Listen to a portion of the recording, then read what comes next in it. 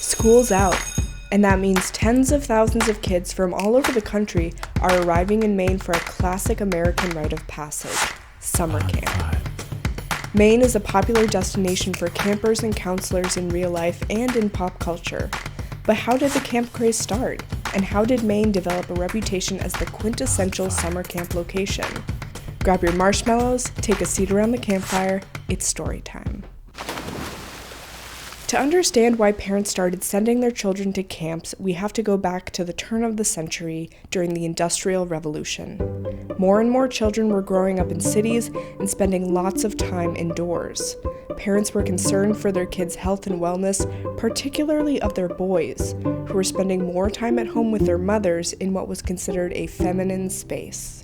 The solution was to send boys out of the city to rural and so-called wild locations where they could practice teamwork with their peers, learn outdoor survival skills, and test their strength.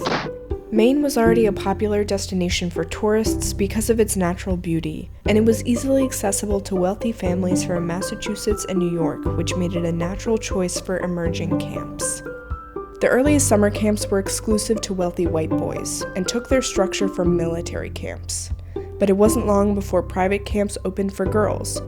In 1907, on the shores of Sebago Lake, physician Luther Gulick and his wife Charlotte Vetter established Camp Wahilo to offer the same outdoor opportunities to young girls that were available to boys. Camp Wahilo was the beginning of Campfire Girls, the first non-sectarian recreation and service group for girls, which spawned a nationwide network of summer camps. This opened up a lot of opportunities for girls and was progressive for the time. But Gulick and Vetter's programs glorified homemaking and relied heavily on playing Indian or appropriating Native American cultures. Campers wore stereotypical costumes meant to represent Native American regalia of varying tribes.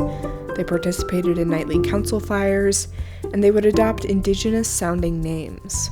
Playing Indian became widespread and ingrained in summer camp activities and popular culture. The Wabanaki tribal nations have advocated for ending these practices at Maine camps, and since 2021, Maine Summer Camps, the nonprofit representing over 140 camps throughout the state, has been helping camps address cultural appropriation through their Indigenous Neighbors Working Group. After the first private camps found success, more camps started opening for underserved communities. Nonprofit organizations and state and local governments established camps of their own, making outdoor learning and recreation available to kids from poor and working-class families.